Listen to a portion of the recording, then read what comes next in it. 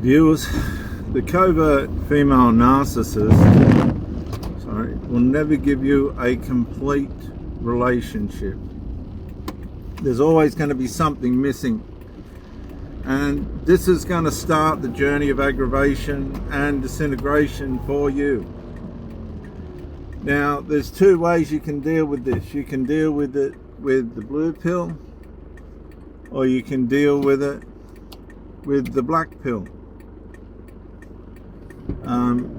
Blue pill, red pill, black pill. Black pill's immediate termination as soon as something surfaces that you don't like. Red pill's sort of giving them a chance and waiting to see what will happen, see if you can get resolved. Blue pill's just putting up with anything. But the covert female narcissist will push the limits. Now, she'll be expecting you not to notice. She'll be expecting you to flow along with whatever she's doing, particularly if she hasn't been checked by somebody that's red pill. Red pill, they're not going to tolerate a nonsense. They're not going to tolerate the big gaping gaps, the things that she wants to do that are contrary or conflictive to a progressive relationship.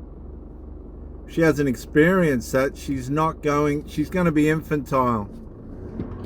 Okay, so she's going to try and wing the relationship with her dysfunctional behaviors. What I've noticed is they always seem to leave gaps. And some are conscious of it, others are ignorant of it, but whatever the case is, whether they're ignorant or not, you've got to take it by your interpretation. Okay, so if somebody's doing something that I'm not happy with, not texting back on time, and that, you got to be fair. But if you're in a relationship,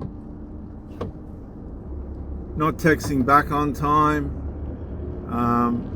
not phoning when they're supposed to, not turning up on time,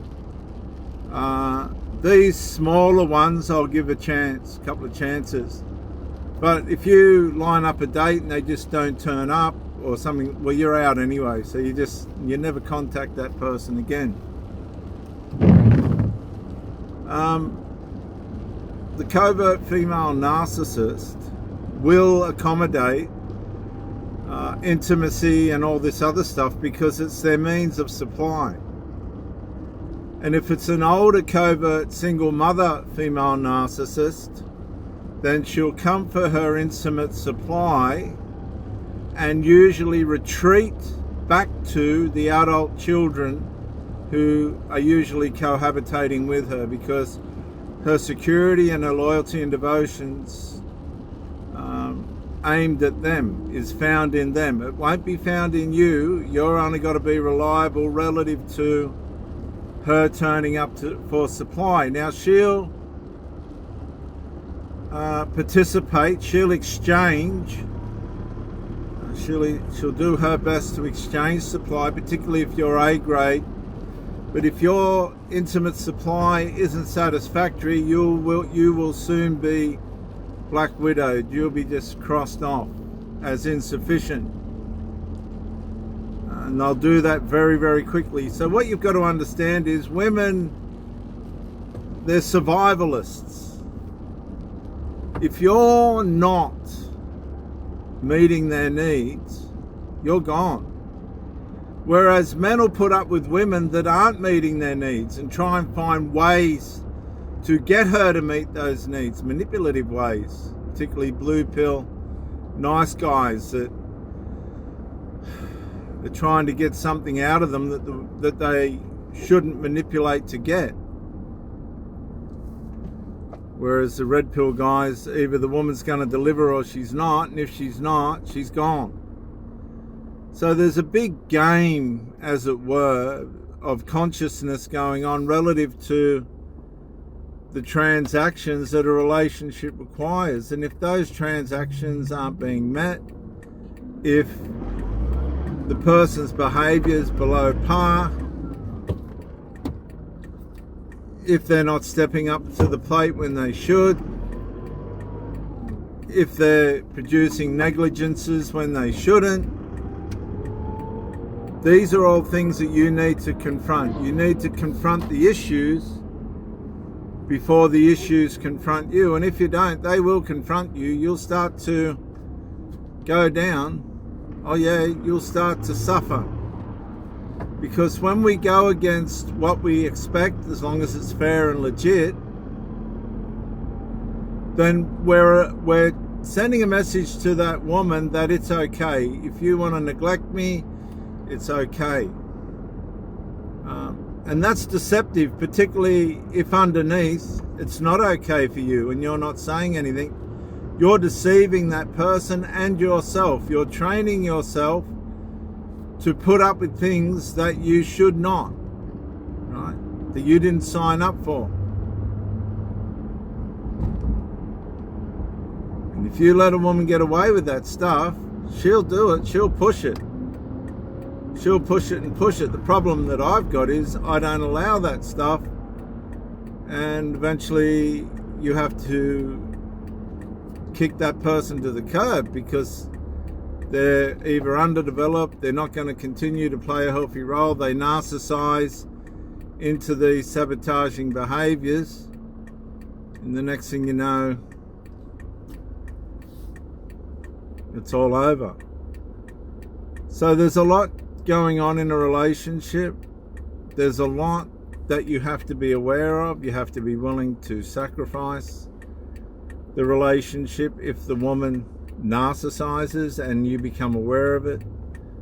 They will push boundaries, and if you allow them to do that, they'll push further until there's no boundaries left, and usually they'll jump the fence or find somewhere where they can get some toxicity, because if you become too boring and too predictable, that's just not gonna keep the fire burning for the female. There has to be an element of mystery, and you can maintain that mystery inside the relationship by upholding your standards and values and staying on target, not using the relationship as a means of your identity. Once you lose your identity in the relationship, it's over, it's gone, that's it, finished. Because she'll become bored. Women like detachment. Okay, if you remain detached to a certain extent, that's attractive to a woman. When you become too dependent, that's unattractive for a woman. They don't like that. They don't want that. They want the element of detachment. They want the element of mystery. Is he coming? Is he going? Is he